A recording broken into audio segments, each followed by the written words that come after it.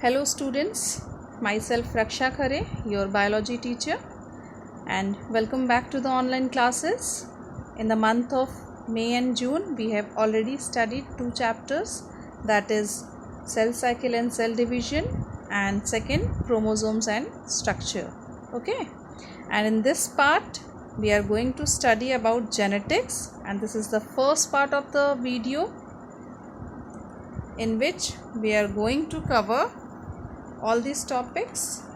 First genetics, then variations, mutations, heredity, genes and alleles, homozygous and heterozygous, phenotype and genotype, dominant and recessive, cross and Punnett square, and lastly self-pollination and pure line.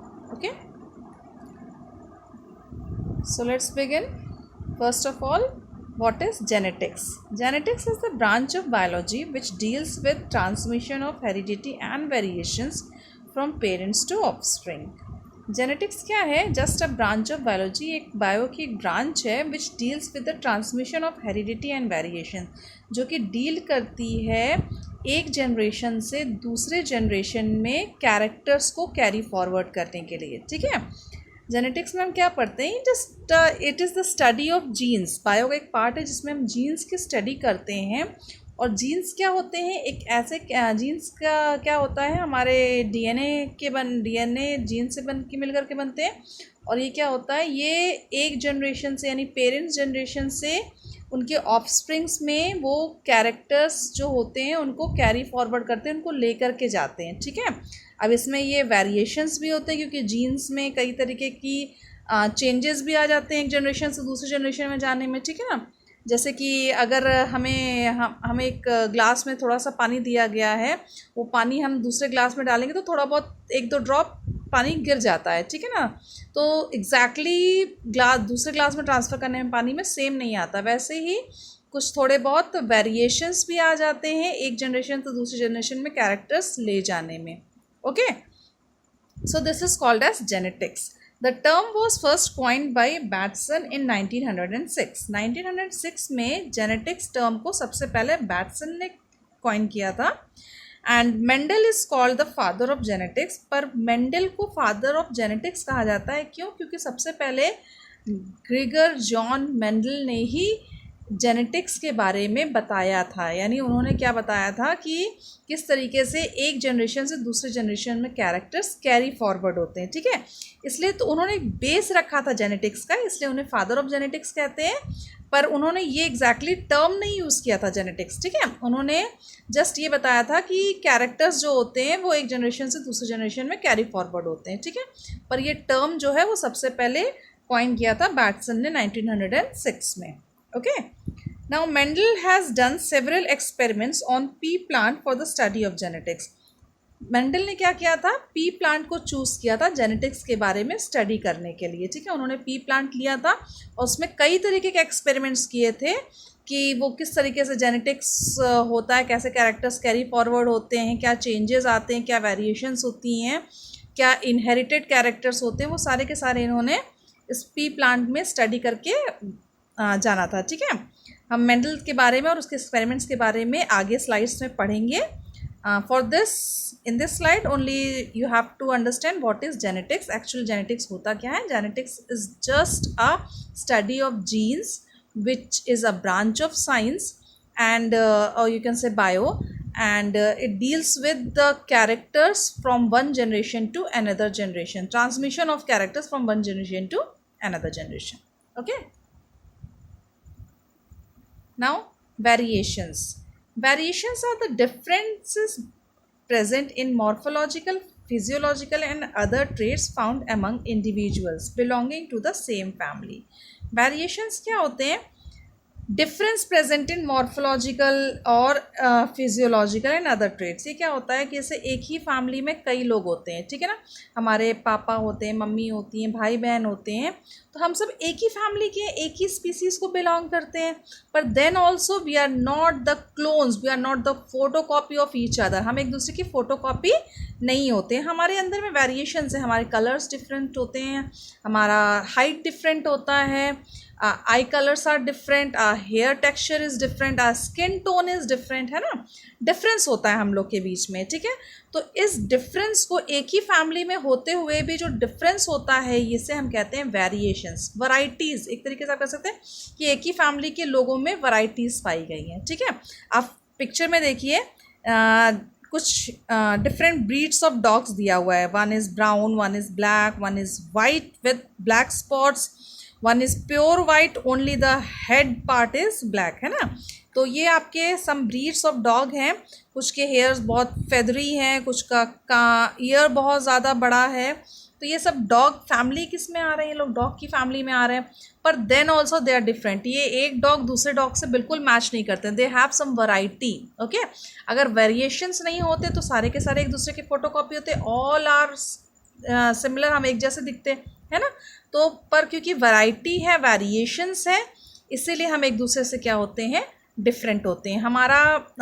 हमारे जो भाई बहन, real brother and sisters are also not similar to each other, ठीक है। This is called as variations. तो variations are the differences present in morphological. ये morphological हो सकता है, यानी बाहर तरीके से होता है, फिजियोलॉजिकल हो सकता है, ठीक है।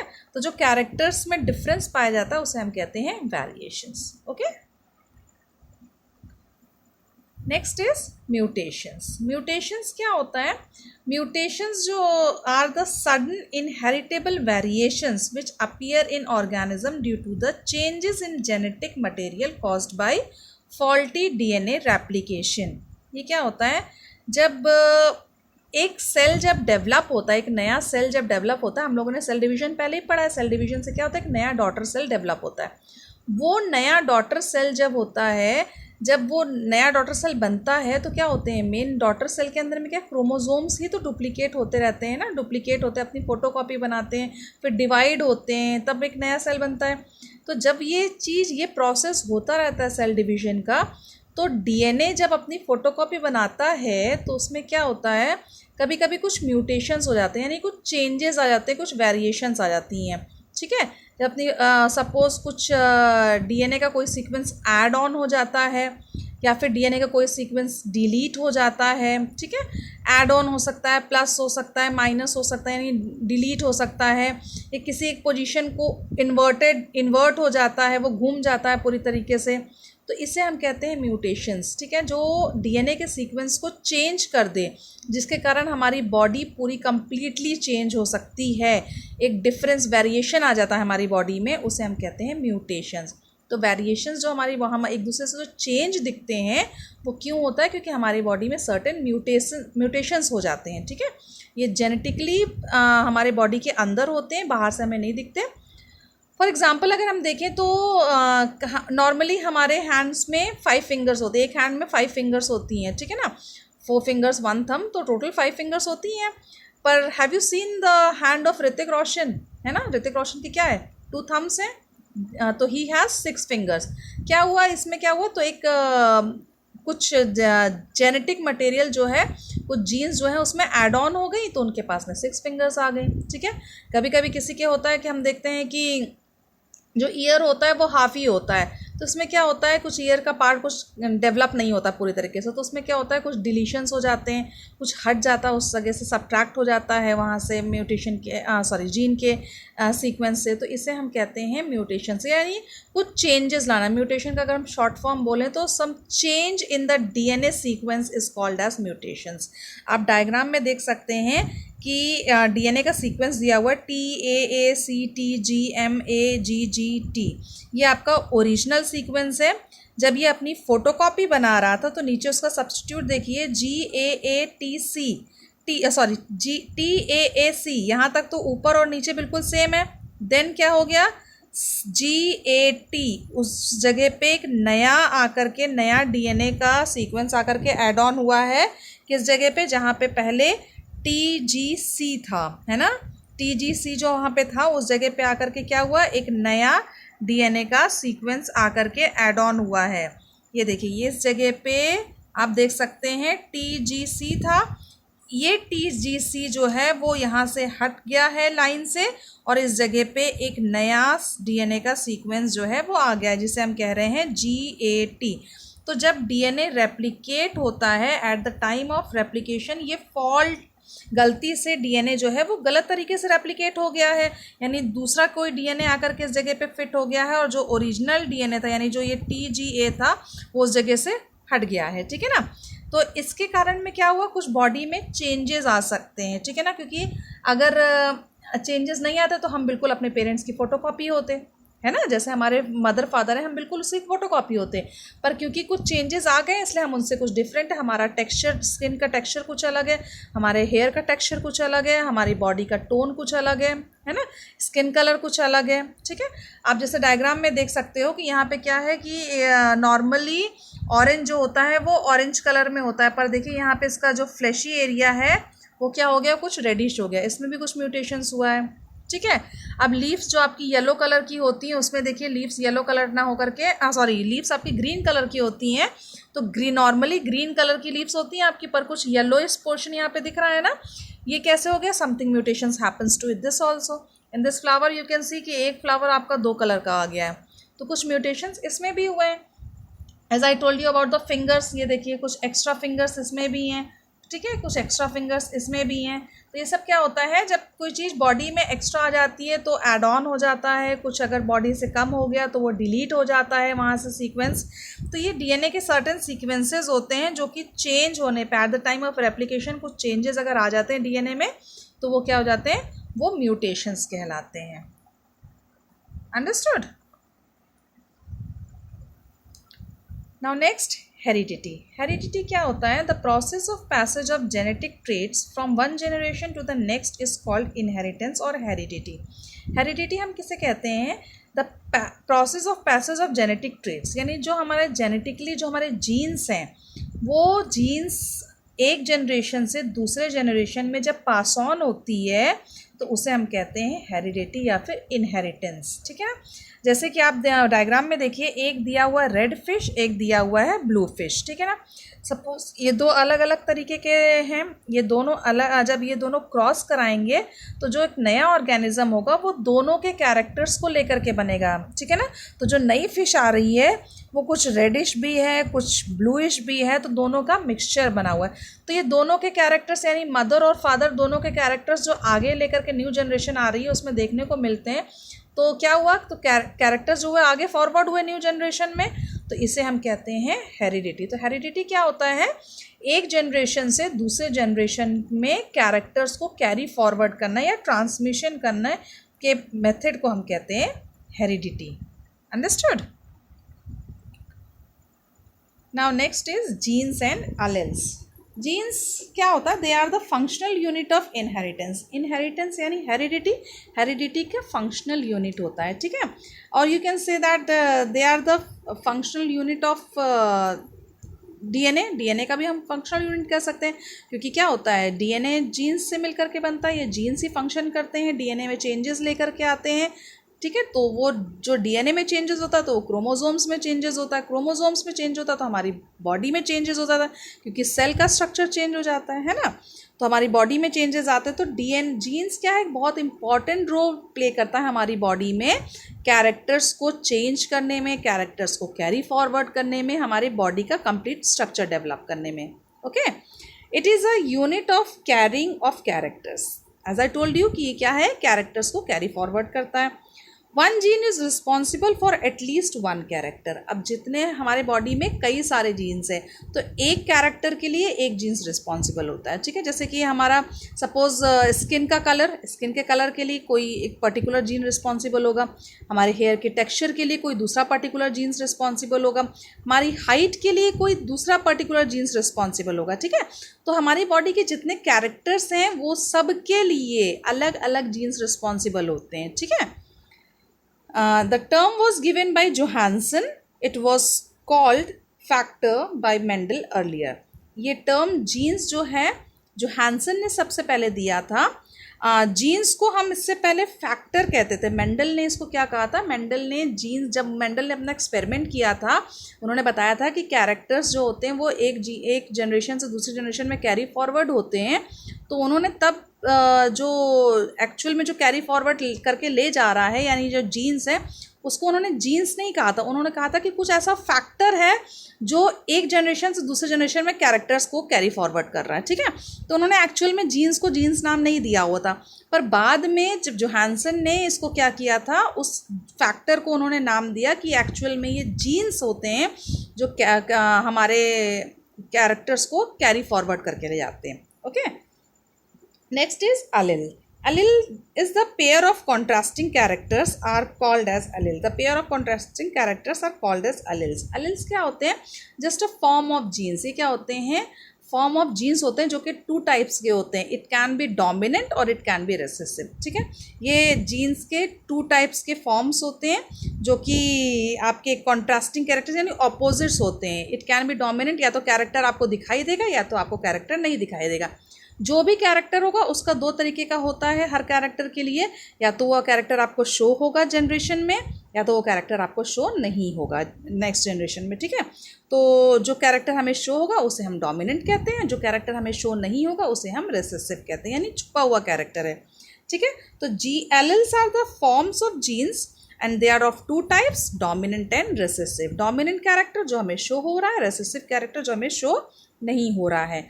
तो डोमिनेंट को हमेशा हम कैपिटल टी से या फिर आप कोई और अल्फ़ाबेट्स ले सकते हैं उससे डिनोट करते हैं, और रेसेसिव को हम हमेशा स्मॉल लेटर से या फिर आप कह सकते हैं स्मॉल टी या स्मॉल पी, जिससे भी आप डिनोट करना चाहें आप डिनोट कर सकते हैं. Okay, now next is heterozygous and homozygous. Homozygous क्या होता है? When both the alleles on the homologous chromosomes are similar in genetic structure is called homologous और प्योर ब्रीड. क्या होता है? alleles आपने पहले ही पढ़ा, जो कैरेक्टर्स होते हैं genes, just a form of genes होते हैं, ठीक है. तो जीन्स के जो कैरेक्टर्स होते हैं यानी इधर डोमिनेंट या फिर रेसेसिव, तो अगर जो 2 ही फॉर्म होते हैं, 2 alleles होते हैं, 2 टाइप के alleles होते हैं, या तो डोमिनेंट होंगे या तो रेसेसिव होंगे, ठीक है. अगर प्योर डोमिनेंट है यानी उसके alleles जो हैं वो प्योरी, क्योंकि 2 टाइप्स के होते हैं तो दोनों ही alleles अगर डोमिनेंट हैं, दोनों ही alleles एक जैसे हैं, यानी अगर कैपिटल टी है तो ये आपका कहलाएगा होमोजाइगस. इधर it can be pure dominant और it can be pure recessive. या तो वो पूरी तरीके से डोमिनेंट ही होगा, कैपिटल टी ही होगा, या फिर वो पूरी तरीके से रेसेसिव होगा, स्मॉल टी और स्मॉल टी होगा, ठीक है ना. तो अगर या तो पूरी तरीके से डोमिनेंट है या तो पूरी तरीके से रेसेसिव है तो हम इसे कहेंगे होमोजाइगस, यानी alleles के दोनों फॉर्म एक जैसे होने चाहिए, ठीक है. alleles जो होते हैं, जो 2 alleles होते हैं वो दोनों एक जैसे अगर हैं तो हम इसे कहेंगे होमोजाइगस, यानी सेम. होमो मतलब सेम होता है, ठीक है. हेट्रोजाइगस, हेट्रो क्या होता है? डिफरेंट. हेट्रो मतलब डिफरेंट होता है. अगर alleles एक दूसरे से डिफरेंट हैं, ठीक है, यानी डोमिनेंट और रेसेसिव दोनों एक साथ हैं, यानी एक कैपिटल टी और स्मॉल टी अगर ये दोनों एक साथ हैं तो हम इसे कहेंगे हेट्रोजाइगस, ठीक है. क्योंकि कैपिटल टी डोमिनेंट को डिनोट करता है, स्मॉल टी रेसेसिव को डिनोट करता है. अब क्योंकि ये दोनों एक साथ आ गए हैं तो ये क्या होगा? ये आपका हेट्रोजाइगस कहलाएगा, यानी क्योंकि जेनेटिकली ये दोनों सेम नहीं, इनकी जीन्स जो हैं वो सेम नहीं है, alleles दोनों के सेम नहीं है, ठीक है ना. इसलिए क्या कहलाएगा? हेट्रोजाइगस कहलाएगा. तो हेट्रोजाइगस क्या है? When both the alleles on the homologous chromosomes of the same character are different on contrasting, it is called heterozygous, ठीक है. इसे हम कहते हैं heterozygous. Example capital T small T. Understood? फिर से रिपीट कर देती हूँ. होमोजाइगस क्या होता है? अगर सेम तरीके के alleles प्रेजेंट हैं, इधर it can be capital T और it can be small T, या तो दोनों ही डोमिनेंट होंगे या तो दोनों ही रेसेसिव होंगे, तो हम इसे कहेंगे alleles जो हैं वो दोनों ही या तो डोमिनेंट होंगे या तो दोनों ही रेसेसिव होंगे, तो हम इसे होमोजाइगस कहेंगे. और अगर alleles एक डोमिनेंट और एक रेसेसिव यानी दोनों एक दूसरे से अलग हैं, डिफरेंट हैं, तो क्या होगा? ये आपका हेट्रोजाइगस कहलाएगा. Okay, now next is phenotype and genotype. Genotype क्या होता है? It means with the genetic constitution और structure of the organism. Genotype क्या होता है? पर्टिकुलर ऑर्गेनिज्म का जेनेटिकली यानी जीन्स का मेकअप क्या है, जीन्स किस तरीके से सिचुएटेड है, किस तरीके से अपने आप को बिल्डअप कर रही हैं, इसे हम कहते हैं जीनोटाइप. यानी बॉडी के अंदर में जो जीन्स का स्ट्रक्चर है, जो जीन्स का मेकअप है, उसे हम कहते हैं जीनोटाइप, ठीक है. और फिनोटाइप क्या होता है? The physical appearance of organism which is controlled by genotype. तो फिनोटाइप क्या होता है? फिजिकल अपीयरेंस, यानी बाहर से वो कैसा दिख रहा है, जो कि हमें देखने को, बाहर से देखने को मिल रहा है कि पर्टिकुलर ये चीज़ ऐसे दिख रही है, तो हम इसे कहते हैं फिनोटाइप। फॉर एग्जाम्पल, हमारे पास में दो तरीके के प्लांट है, एक स्मॉल है, एक बिग है, ठीक है। एक टॉल प्लांट है, एक शॉर्ट प्लांट है। तो हमें आसानी से बाहर से दिख रहा है कि ये प्लांट टॉल है, ये प्लांट शॉर्ट है, तो इसे हम कहेंगे फिनोटाइप, ठीक है। हम टॉल प्लांट को टॉल ही कहेंगे, शॉर्ट प्लांट को शॉर्ट कहेंगे, तो हम इसे क्या कहेंगे? फिनोटाइप कैरेक्टर कहेंगे कि टॉल और शॉर्ट। पर जेनेटिकली अंदर से वो टॉल प्लांट होमोजाइगस टॉल है कि हेट्रोजाइगस टॉल है, यानी कंप्लीट प्योर ब्रीड है, यानी आपका जो उसके अलिल्स प्रेजेंट है, जो जीन्स प्रेजेंट हैं, वो दोनों ही वो क्या है? पूरे तरीके से डोमिनेंट है, यानी कैपिटल टी है या स्मॉल टी है, इसको हम कहते हैं जीनोटाइप। यानी जीन्स का जो मेकअप होता है, फॉर एग्जांपल अगर हम बात करें तो अगर हम जैसे कि किसी टॉल के लिए हम क्या यूज़ करते हैं? कैपिटल टी और कैपिटल टी, और डॉर्फ के लिए यानी स्मॉल के लिए हम यूज़ करते हैं स्मॉल टी। तो टॉल को डिनोट करते हैं कैपिटल टी से, और डॉर्फ को हम डिनोट करें स्मॉल टी से, ठीक है। तो हमें ये पता है कि अगर कैपिटल टी है जीन्स, तो हमें पता है कि प्लांट क्या होगा? टॉल होगा, और स्मॉल टी है तो हमें पता है प्लांट डॉर्फ होगा। तो हमें अगर दो तरीके के प्लांट दिख रहे हैं, एक आपका टॉल है और एक आपका शॉर्ट है, ठीक है। तो हमें दो तरीके के प्लांट दिख रहे हैं, तो हम कह सकते हैं जो टॉल प्लांट है वो कैसा हो सकता है? या तो कैपिटल टी होगा, ठीक है, और डॉर्फ प्लांट क्या है? स्मॉल टी, हम ये कह सकते हैं, ठीक है। तो हमें देखने से तो एक टॉल प्लांट दिख रहा है, वो टॉल है, जो छोटा प्लांट दिख रहा है, तो ये फिजिकली हम क्या देख रहे हैं कि एक टॉल है, एक शॉर्ट है। पर जेनेटिकली क्या हो सकता है? जो छोटा प्लांट है उसमें तो हम प्योर कह सकते हैं कि स्मॉल टी है, हम इसका जीन्स बता सकते हैं। पर टॉल प्लांट के लिए क्या होता है? कैपिटल टी एक हमें पता है, एक दूसरा क्या हो सकता है? कैपिटल टी और स्मॉल टी भी हो सकता है। जब कैपिटल टी और स्मॉल टी होता है तो इसमें क्या होता है कि जब दोनों ऑपोजिट कैरेक्टर्स एक साथ आते हैं तो हमेशा डोमिनेंट जो होता है, जो डोमिनेंट कैरेक्टर होता है वो शो करता है। यानी जो कैपिटल टी क्योंकि साथ में है तो हमेशा डोमिनेंट कैरेक्टर, यानी कैपिटल टी किसके लिए यूज़ कर रहे थे? हम टॉलनेस के लिए यूज़ कर रहे थे, तो प्लांट हमें तब भी टॉल दिखेगा। तो जेनेटिकली क्या होगा? टॉल प्लांट का दो तरीके के जीन्स हम बोल सकते हैं, या तो कैपिटल टी स्मॉल टी हो सकता है, या तो कैपिटल टी हो सकता है, ठीक है। पर डॉर्फनेस के लिए सिर्फ एक ही है, स्मॉल टी और स्मॉल टी, यानी रेसेसिव कैरेक्टर्स, ठीक है।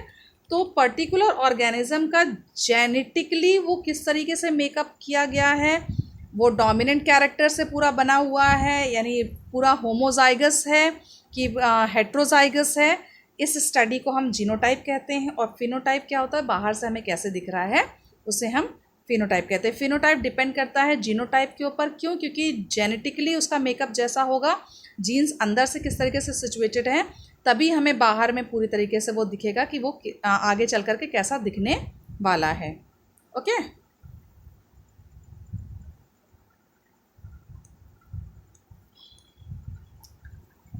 Now next is dominant and recessive. Dominant क्या होता है? अभी जस्ट मैंने आपको बताया कि जो चीज़ हमें सामने दिख रही है उसे हम डोमिनेंट कहते हैं। The characters which is seen in phenotype in heterozygous condition is called dominant characters और अलिल्स, ठीक है।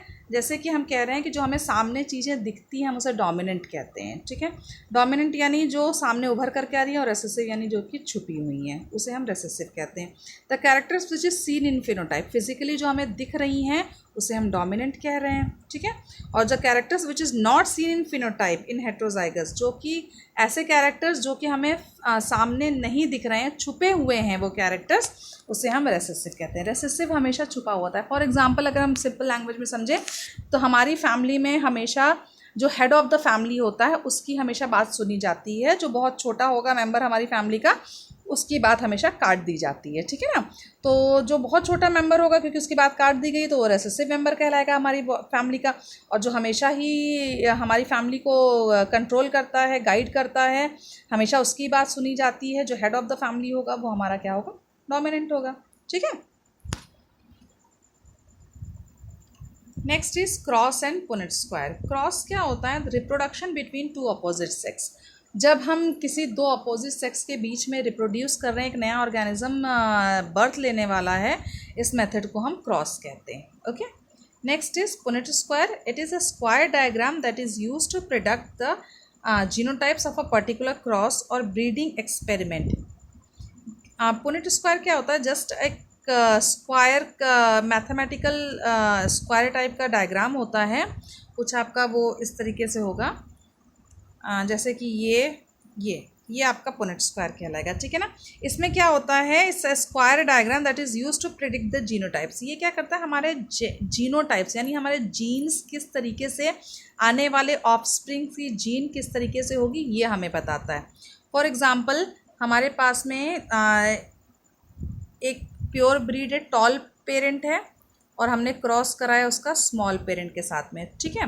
तो हमने क्या किया? टॉल पेरेंट को लिया, फिर स्मॉल पेरेंट को लिया एक तरफ में, अब हमने इन दोनों के बीच में क्रॉस कराया, तो क्या होगा आपका? कैपिटल टी, स्मॉल टी, फिर ये आपका क्या होगा? ये आपका कैपिटल टी था, ये भी आपका क्या हो जाएगा? कैपिटल टी, और ये स्मॉल टी, ठीक है। अब इन दोनों को देखो, नीचे वाला ऊपर कैपिटल टी और ये स्मॉल टी, अब ये भी आपका कैपिटल टी और स्मॉल टी। तो क्या हुआ? हमें क्या पता चला कि जब हम दो प्योर होमोजाइगस प्लांट का क्रॉस हम प्योर होमोजाइगस डॉर्फ प्लांट के साथ करवाते हैं, टॉल प्लांट का हम क्रॉस अगर डॉर्फ प्लांट के साथ कराते हैं, तो हमें नेक्स्ट जनरेशन में क्या मिलने वाला है? कैपिटल टी और स्मॉल टी, यही मिल रहा है ना। देखो, एक टी का इसके साथ में क्रॉस कराया, कैपिटल टी स्मॉल टी, फिर इस टी का दूसरे के साथ में क्रॉस कराया, कैपिटल टी स्मॉल टी, फिर इस टी का इसके साथ में क्रॉस कराया, कैपिटल टी स्मॉल टी, फिर इस टी का इसके साथ क्रॉस कराया दूसरे के साथ में, कैपिटल टी स्मॉल टी मिल रहा है, ठीक है ना। तो हमें क्या हो रहा है कि अगर हम टॉल प्लांट का डॉर्फ प्लांट के साथ में क्रॉस कराते हैं, तो हमें कि नेक्स्ट जनरेशन में क्या मिल रहा है? कैपिटल टी और स्मॉल टी मिल रहा है, यानी ये आपका हेट्रोजाइगस टाइप का है। और इस तरीके से हम जेनेटिकली क्या कर सकते हैं? पता कर सकते हैं कि पर्टिकुलर जो प्लांट आने वाला है उसका जीन्स यानी उसका जीनोटाइप कैसा होगा, ठीक है। It was named after RC. Punnett. इसको सबसे पहले किसने बनाया था? आर.सी. पुनेट ने इसे डिस्कवर किया था। Next is F1 generation, the generation in which the parents are pure breed of homozygous contrasting characters. इसमें क्या होता है? जब हम पेरेंट्स को सबसे पहले क्रॉस करवाते हैं, तो इसे हम कहते हैं F1 जनरेशन, यानी प्योर ब्रीड है। ये आपके कैपिटल टी स्मॉल टी, इसमें किसी तरीके की मिलावट नहीं हुई है, ये भी आपके प्योर डोमिनेंट कैरेक्टर हैं, ये आपके प्योर रेसेसिव कैरेक्टर्स है, ठीक है ना। अब अगर इसको हम क्रॉस कराएंगे तो हमें क्या मिलता है? कैपिटल टी स्मॉल टी मिल रहा था, तो ये आपका प्योर कैरेक्टर नहीं कहलाएगा, ये इम्प्योर कैरेक्टर है, ठीक है। तो जो होमोजाइगस कैरेक्टर्स होते हैं उसे हम क्या कहते हैं? प्योर कैरेक्टर्स कहते हैं, और ये हमारा F1 जनरेशन कहलाता है, ठीक है। अब F2 जनरेशन क्या होता है? इसी के बाद जो हमारा रिजल्ट मिल रहा था इन दोनों को क्रॉस कराने के बाद में, ये हमारा F2 जनरेशन मिलेगा, यानी कैपिटल टी और स्मॉल टी जो हमें ऑफस्प्रिंग मिल रही थी वो हमारा क्या होगा? F2 generation. अब इसके बाद अगर हम फिर से क्रॉस कराएंगे, जो हमारा रिजल्ट मिला है इसके साथ में अगर हम किसी और चीज़ को क्रॉस करा रहे हैं, तो वो हमारा रिजल्ट जो आएगा वो क्या आएगा? F3 generation. देन अगेन हम क्रॉस कराएंगे तो F4 जनरेशन हो जाएगा। तो इस तरीके से आपके जनरेशन जो हो जाते हैं वो बढ़ते जाते हैं। और F जो है यहाँ पे वो डिनोट करता है फीलियल को। किसको डिनोट करता है? फीलियल को डिनोट करता है, यानी F मतलब फीलियल होता है। और फर्स्ट क्रॉस आपका फर्स्ट जनरेशन, सेकंड क्रॉस करवाएंगे तो सेकंड जनरेशन, उसके बाद थर्ड क्रॉस कराएंगे तो थर्ड जनरेशन हो जाएगी। तो इस तरीके से आपकी जनरेशन जो होती है वो कीप ऑन गोइंग होती रहती है। Okay, next is self pollination and pure line. Self pollination क्या होता है? तो process of crossing the organism of same generation. अगर हम एक ही जनरेशन को क्रॉस करवा रहे हैं, यानी एक स्पीसीज़ को उसी की स्पीसीज़ के साथ में क्रॉस करवा रहे हैं, तो उसे हम क्या कहते हैं? Self pollination. फॉर एग्जांपल, जैसे कि आपने फ्लावर 9th में हमने पढ़ा हुआ है कि फ्लावर में क्या होता है, जो एक ही मतलब बाइसेक्सुअल फ्लावर्स होते हैं वो एक दूसरे के साथ में खुद ही पॉलिनेशन कर लेते हैं, खुद ही क्रॉस कर लेते हैं, ठीक है ना। इसे हम कहते हैं सेल्फ पॉलिनेशन। अपने से ही वो पॉलिनेट हो जाते हैं, अपने से ही वो फर्टिलाइज हो जाते हैं, इसे हम सेल्फ पॉलिनेशन कहते हैं, ठीक है। The process of crossing the organism of same generation. अपनी ही जनरेशन के साथ में अगर हम क्रॉस कर ले रहे हैं या अपने ही साथ खुद से ही पॉलिनेट हो जा रहे हैं, फर्टिलाइज हो जा रहे हैं, इसे हम सेल्फ पॉलिनेशन कहते हैं। क्रॉस पॉलिनेशन अपने अपोजिट सेक्स के साथ में अगर हम पॉलिनेट कर रहे हैं या फर्टिलाइज हो रहे हैं तो इसे हम क्या कहते हैं, क्रॉस पॉलिनेशन कहते हैं। ठीक है। प्योर लाइन क्या होता है, if the cross is being done for many generation repetitively, अगर कोई क्रॉस यानी जो हम इससे पहले हमने क्रॉस देखा था कि हम अगर फर्टिलाइजेशन अगर हम कई जनरेशन में रिपीट कर रहे हैं and we get the same type of phenotype, और हमें जो देखने को जो जनरेशन मिल रही है नई जनरेशन वो बिल्कुल सेम है। जैसे कि हमने पहले जनरेशन में क्रॉस कराया, सपोज़ हमने टॉल से टॉल का क्रॉस करा दिया, टॉल प्लांट का क्रॉस हमने टॉल प्लांट से कहला दिया, तो हमें सेकेंड जनरेशन में कैसे प्लांट्स मिलेंगे, टॉल प्लांट्स मिलेंगे। फिर हमने टॉल प्लांट का क्रॉस फिर से टॉल प्लांट से करा दिया तो हमें नेक्स्ट जनरेशन में फिर से टॉल मिलेंगे। फिर से हमने उसी टॉल प्लांट का मतलब फिर से किसी और टॉल प्लांट के साथ करा दिया। तो ऐसे अगर हम 5-6 जनरेशन तक कीप ऑन करते रहें और हमें सिर्फ एक ही तरीके का रिजल्ट मिले, यानी tall tall tall tall tall, हर जनरेशन में टॉल प्लांट्स मिले, तो इसे हम कहते हैं प्योर लाइन। ये आपका क्या है, प्योर ब्रीड्स हैं, इसमें किसी तरीके की मिलावट नहीं है और प्योर कैरेक्टर्स आपको कैरी फॉरवर्ड, क्योंकि ये एक दूसरे की फ़ोटो कॉपी है, इसमें किसी भी तरीके की मिलावट नहीं है, कोई चेंजेस नहीं आ रहे, कोई म्यूटेशंस नहीं हुआ है, कोई वेरिएशंस नहीं हुआ है, इसलिए ये क्या है, आपके प्योर लाइन कैरेक्टर्स, ये आपके प्योर ब्रीड्स हैं, प्योर ऑफस्प्रिंग्स हैं। Okay, so this was the last video and in the next video we are going to cover next topics. Thank you.